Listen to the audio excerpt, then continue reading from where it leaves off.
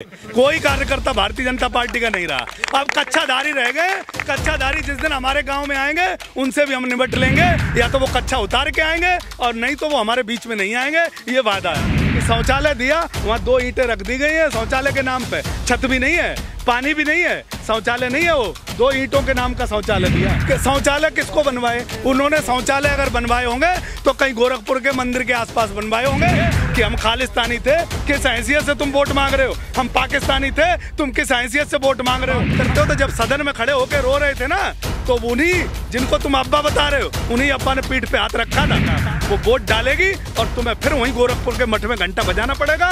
मर्यादाओं का ध्यान रखना पड़ेगा। हिटलर शाही नहीं है जो तुम सदन में अगर बैठ गए पार्लियामेंट के उसके अंदर विधानसभा में लखनऊ में, तो ये तुम्हारे पिताजी की जागीर नहीं है। यहाँ आया राम और गया राम।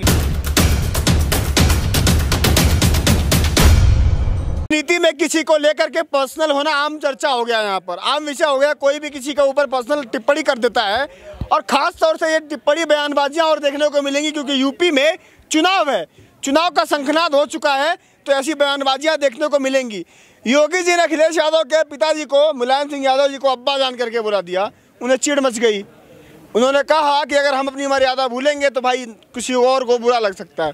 क्या लगता है, अब्बा जान कह के संबोधित करना कितना सही है? ऐसे तो मैं किसान आंदोलन में खड़ा हूँ, मैं किसी पार्टी की बात नहीं करनी चाहिए मुझे, लेकिन मैं ये मानता हूँ कि राजनीति में मर्यादा अगर सबने किसी ने कायम रखी है, राजनीति की मर्यादा, तो वो अखिलेश यादव जी हैं। उन्होंने आज दिन तक, मैं रिकॉर्ड के साथ कह सकता हूं कि आज दिन तक प्रधानमंत्री जी को मोदी नहीं कहा होगा, मोदी जी नहीं कहा होगा, उन्होंने प्रधानमंत्री जी कहा होगा। और बाबा को अगर कहा होगा तो हमारे मुख्यमंत्री जी कहा होगा और बाबा जी कहा होगा। और बाबा जी को मैं बता देना चाहता हूँ कि बाबा जी अपनी मर्यादा के अंदर रहें तो ज़्यादा अच्छा रहेगा। ये अब्बा जान, हमारा देश लोकतंत्र से चलता है, हमारा देश संविधान से चलता है, हमारा देश लोगों से चलता है। यहाँ हिटलर शाही नहीं है जो तुम सदन में अगर बैठ गए पार्लियामेंट के उसके अंदर विधानसभा में लखनऊ में, तो ये तुम्हारे पिताजी की जागीर नहीं है। यहाँ आया राम और गया राम होता रहता है। किसान को मौका मिलता है, इस देश की, उत्तर प्रदेश की जनता को मौका मिलता है 5 साल में एक बार लोकतंत्र में पर्व में हिस्सा बनने का, वोट डालने का।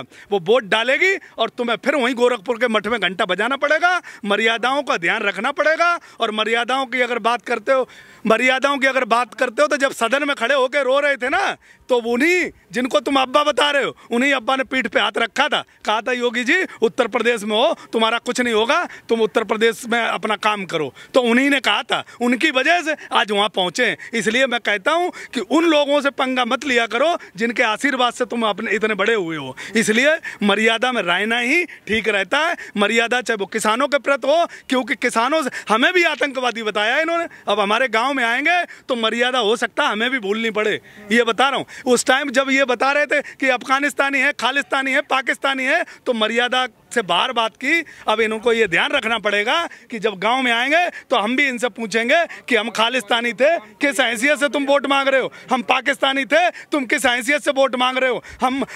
हम देशद्रोही थे, तुम कैसे मवाली थे, टिर्री थे, क्या क्या थे? इसलिए इनको मर्यादा, बीजेपी वालों को मर्यादा में रहना चाहिए। और नई मर्यादा में रहेंगे तो कहीं ऐसा ना हो कि ये विस्फोट हो तो इन पे भी ना संभले, किसी पे ना संभले। योगी जी कहते हैं कि 300 के पार सीट लाएंगे, तब आपको ईवीएम पे शंका होती है। अखिलेश यादव कहते हैं कि अब की बार हम 400 के पार, तब आपको ईवीएम पे शंका नहीं होती। अखिलेश जी ने काम किया। अखिलेश जी उस दम पे कहते हैं योगी जी का काम बता दो कौन सा किया है। सिर्फ हिंदू मुसलमान लड़ाने के अलावा, सिख और ईसाई लड़ाने के अलावा और जातियों लड़ाने के अलावा योगी जी किस उस पर कहते कि हम 300 शौचालय किसको बनवाए? उन्होंने शौचालय अगर बनवाए होंगे तो कहीं गोरखपुर के मंदिर के आसपास बनवाए होंगे, पूरे देश में कहीं शौचालय नहीं बने। और जो बनवाए वो उसी जमाने के बने हुए हैं। उन्होंने जो अखिलेश यादव जी ने जो आवास दिया था, वो हो सकता है आप लोग कभी सर्वे करने गांव में जाओगे, उसमें पता है आपको सौर ऊर्जा लगी हुई थी, शौचालय बना हुआ था, 2 कमरे का फ्लैट था, वो आवास दिया था।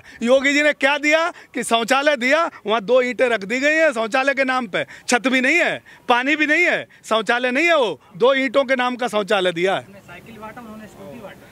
देखो, उनके पास देश का खजाना है। उन्होंने अगर उन्होंने बांटा तो उन्होंने अपने लोगों को दिया, भारतीय जनता पार्टी के कार्यकर्ताओं को दिया और देश के और उत्तर प्रदेश के खजाने से दिया। अगर और किसी ने दिया तो जनता के हिसाब से दिया, किसी की जाति के धर्म से नहीं दिया। मैं कहता हूं, अगर ये इतने बड़े तीरंदाज थे तो इन्होंने लैपटॉप का वादा किया था, क्यों नहीं लैपटॉप दिया? इस कोरोना काल में इससे बढ़िया बच्चों के लिए क्या रोजगार हो सकता था? आज जो बच्चे अपना 35,000 40,000 का लैपटॉप खरीद रहे हैं, वो बच्चों को देना चाहिए था। रोजगार है, लेकिन वो कह रहे हैं कि बच्चे में काबिलियत नहीं। रोजगार कौन से क्षेत्र में रोजगार है? किसी भी क्षेत्र में रोजगार नहीं है। उन्होंने बच्चों का जो कहा था वो आज क्लिप चलेगी। और ये याद रखना कि उत्तर प्रदेश के युवा आज लट खा रहे हैं, मेरिट के नाम पे अपनी नौकरी मांग रहे हैं और ये लोग नौकरी देने में नाकामयाब रहे हैं, वो बच्चों का अपमान था। वो बच्चे इस इलेक्शन में बदला लेंगे। जो बच्चे पढ़ लिख के तैयार हुए और उनका योगी आदित्यनाथ जी ने उनका अपमान किया था कि हम रोजगार तो दे रहे हैं लेकिन रोजगार के लायक कोई बच्चे नहीं है यहाँ, तो वो पूरे देश उत्तर प्रदेश का अपमान था। कह रहे हैं अभी चुनाव में 6-7 महीने का टाइम है, जो कार्यकर्ता है हमारे गांव-गांव जाएंगे, बूथ को मजबूत करके जिताएंगे और जो जनता में थोड़ी बहुत नाराजगी है वो दूर कर देंगे। पहली बात तो तुम्हारी गलतफहमी और उनकी गलतफहमी एक दूर कर दूं कि भारतीय जनता पार्टी का कोई कार्यकर्ता रहा ही नहीं। अब सिर्फ जो कच्चाधारी रह गए वो भी जब मांगने आएंगे तो उनसे भी हम निपट लेंगे। कोई कार्यकर्ता भारतीय जनता पार्टी का नहीं रहा। अब कच्चाधारी रह गए, कच्चाधारी जिस दिन हमारे गाँव में आएंगे उनसे भी हम निपट लेंगे। या तो वो कच्चा उतार के आएंगे और नहीं तो वो हमारे बीच में नहीं आएंगे, ये वादा है हमारा। तो 350 सीट कैसे लाएंगे फिर बीजेपी? 350 सीट तो वो तो सपना देखते हैं भाई। वो अडानी अंबानी की रहमो करम पे और मशीनों के रहमो करम पे 350 सीट लाना चाहते हैं। वोट तो जनता दबाएगी। जनता वोट दबाएगी। जैसे बिहार में इन्होंने 10 वोट से, 15 वोट से, 5 वोट से जबरदस्ती तेजस्वी यादव को हराने की कोशिश की, ऐसे ही उत्तर प्रदेश में ये नहीं होगा। उत्तर प्रदेश में जो जीत होगी वो होगी लाखों की। ये ढूंढते रह जाएंगे कि बैलेट पेपर, पोस्ट बैलेट से हम कैसे हराएं और क्या हराएं, ये नहीं कर पाएंगे। कह रहे हैं कि महंगाई का मुद्दा होगा। स्वतंत्र देव सिंह कह रहे हैं कि उत्तर प्रदेश में महंगाई है भी नहीं और न चुनाव का मुद्दा बनने वाला। देश का और उत्तर प्रदेश का खजाना भारतीय जनता पार्टी और स्वतंत्र देव उत्तर प्रदेश के प्रदेश अध्यक्ष हैं, इसलिए उनको महंगाई नहीं लगेगी। लेकिन एक किसान को पूछो जो 110 रुपए लीटर उसे पेट्रोल मिल रही है, उसे 100 रुपए लीटर डीजल मिल रहा है, और उसी किसान को पूछो जो उसे बिजली इतनी महंगी मिल रही है, 1800-2000 रुपए ट्यूबवेल की बिजली का जो बिल आ गया है, तो उनको महंगाई कहाँ? देखो, अडानी अंबानी के रिश्तेदारों को और अडानी अंबानी को कोई महंगाई नहीं लगेगी। ये भारतीय जनता पार्टी के लोग हैं, इन्होंने उनसे रिश्ता जोड़ लिया है मजबूत वाला। इनने हाईटेक कार्यालय बनवा लिए। उत्तर प्रदेश में इनके लिए कोई महंगाई नहीं है, क्योंकि ये BMW पे चलने वाले लोग हैं। गरीबी से इनका कोई मतलब नहीं रहा। इस प्रधानमंत्री ने सिर्फ हमें ठगने का काम किया था कि गरीब माँ का बेटा बताया था। इस प्रधानमंत्री का गरीबों से कोई सरोकार नहीं है, कोई लेना देना नहीं।